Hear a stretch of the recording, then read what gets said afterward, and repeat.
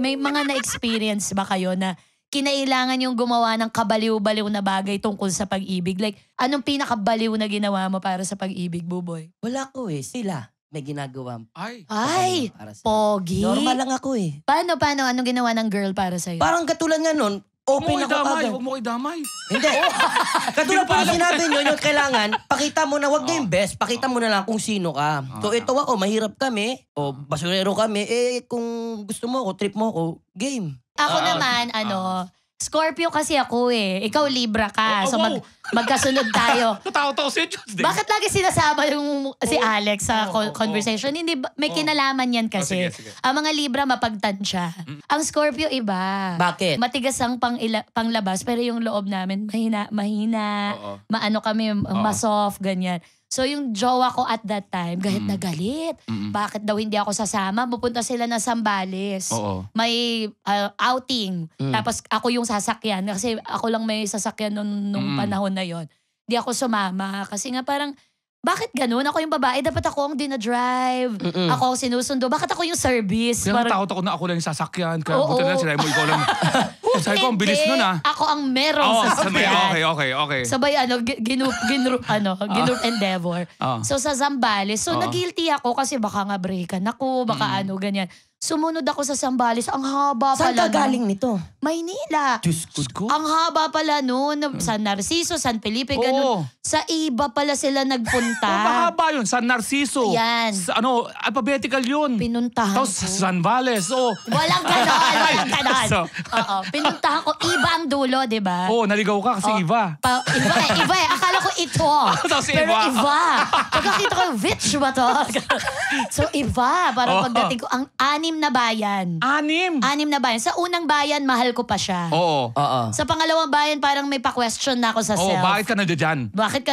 Pangatlo, binraykan ko na siya on the road. Wala, hindi mo ba kasama? Binrake mo sa isip mo? Binraykan ko na in my mind. Pang-apat? Tapos, pang-apat na bayan, pang-limang, huli, iba, pang-anim. Pagdating ko doon, I love you, sorry, late ako. May realization ka sa dalawang barangay? Umikot na ako ng isang buong ganon ng emosyon. Pero ang point ko doon is, para sa amin, ng mga Scorpio, sa mga nakaka-relate, todo bigay kami sa pag-ibig. Todo pagmamahal, todo bigay, walang iniiwan sa sarili. Pero pagdating sa dulo, parang pag pumutok na, sumabog na, gaganon ka na ng Scorpio, tutusukin ka na. Tapos exit na.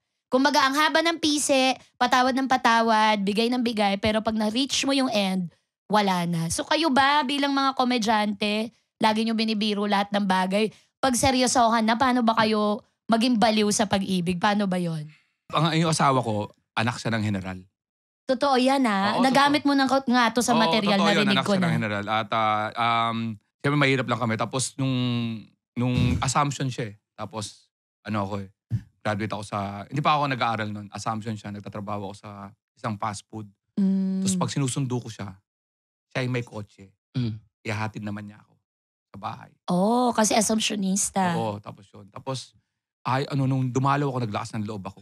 Doon sa may village ng mga Navy village, mga official doon. Yung buko nun, kimpi. Uso yung kimpi. Parang aklat. Kasi akala ko bagay sa lahat. Yung kimpi. May binabagayan din siya. Marami kang kaibigan na hindi man lang tinulungan sabihin na hindi bagay sa naalala mo na may picture ka na, yung forma mo naka-elephant pants ka na, yung panahon yun. Sa great image mo pa kinuha. Magandang-ganda ka. Tapos pag nakita ngayon, parang pangit na pangit ka. Parang gusto mong balikan yung mga kaibigan mo. Nasaan kayo para sa Kala ko ba magkaibigan tayo? Nakita ko nung nanay. Sabi nung nanay sa akin, mukha raw akong adik. Ng mama ni ate? Ni Dana. Pangalan ng asawa ko si Dana. Doon pagdalaw ko, sabi niya, ayoko na makita yung lalaki na mukha siyang adik. Grabe. Sabi ko, grabe naman kayo, far out. Parang bad trip. Tapos tinapon ko yung syrup. Parang nainis ako eh. Hindi, tapos yun, ang nangyari, naging lihim. Tapos may nangyari sa amin, of course. Pag may sex, may nabubuntis. Naman lagi ang nangyari. Hanggang sa, yun, ang pangalawang kita nila, namamanhi ka na kami. Oo, kasi nandyan na ang panganay. Sobra, ang father-in-law ko sa sobrang ayaw sa akin, pina-obserban ako.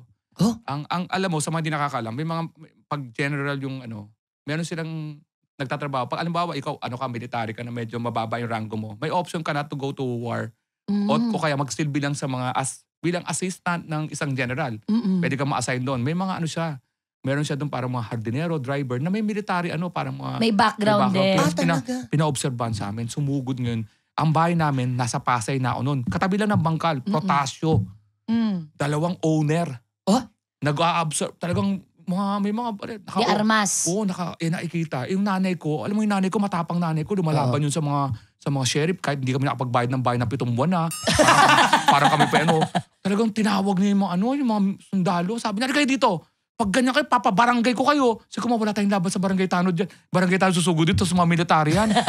Tapos yun, kaya namanhikan kami. Okay. Isa yun sa mga yung namanhikan kami dahil Kabado. siyempre, nakakabado. Kakausapin Tapos kasama ko lang nanay ko dahil patay na yung tatay ko nun. Wala pang ngipin yung nanay ko. So hindi ko alam kung seryosohin kami. Seryoso. Kung yung nanay ko, kasi alam mo, gusto ko ma-meet mama mo. Pinapostisuan namin, sinanla, may sumama. Kasi nagsusuga. Sabi, may pangkain nga ako, wala naman tayong makain. Sabi ko, so nahirap, parang dilema nga yun. So yun. Napaka-karakter ng mama niya. Oo, Ang dami mong nakakuha ng material na comedy kasama doon. si mama mo. Pero may isang point sa buhay ko na, ano naman tayo sa artista. Mhm. Ayan, may kwento ako na galing ako sa taping. Siyempre pag galing ka sa taping, minsan hindi naman dumidiretso sa bahay. Minsan, di ba, may mga nagkakayaan. Decompress. Diba? Minsan may mga landilanding babae, di ba? Yun. Umuwi ako sa bahay. Oh. Tapos wala naman nangyari. Parang inom-inom lang katabi. Wala. Chat lang. Inom lang. Hindi nga, chat Saka lang. pa, sinusegundahan mo yung mga shot-shot Tapos, siyempre, lang. pagkatapos kayo, lasing ako. Pag ko sa bahay, kinuha ko yung damit ko sa likod, pinahato ko dun sa may upuan. Tapos matutulog ako. Di ba paglasing ka, pagtulog ko. Ang problema, si Dana, bigla akong ginising 5 seconds, pinaka-bobo na lalaki. Ang bigla mong gisingin ng 5 seconds pa lang, para kaming computer na binunot mo bigla yung blue screen kami. Sabi, may babae ka.